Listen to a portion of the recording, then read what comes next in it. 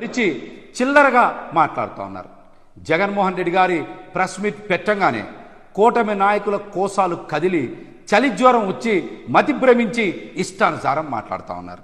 అబద్ధాలే ఆలంబనగా, అసత్యాలే పెట్టుబడిగా పరిపాలన చేయాలనుకుంటా ఉన్నారు. రాజకీయ నిజాలు మాట్లాడితే కూటమి నాయకులు సహించలేకపోతా ఉన్నారు. గడిచిన ఎన్నికల్లో ఇలాంటి అబద్ధాలు చెప్పి ఎన్నికల్లో గెలవడం కూడా కూటమి పార్టీకి జరిగింది. కానీ వాళ్ళ నిజాలు నిప్పు కణికల్లాగా బయటకు వస్తూ ఉన్నాయి.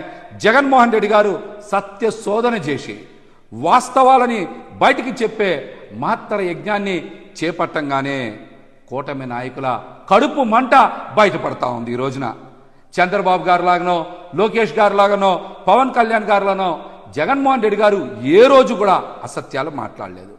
ఒక విషయాన్ని ప్రజలకి చెప్పాలనుకున్నప్పుడు ఆ విషయాన్ని పూర్తిగా అధ్యయనం చేసి ఆధారాలన్నీ తెప్పి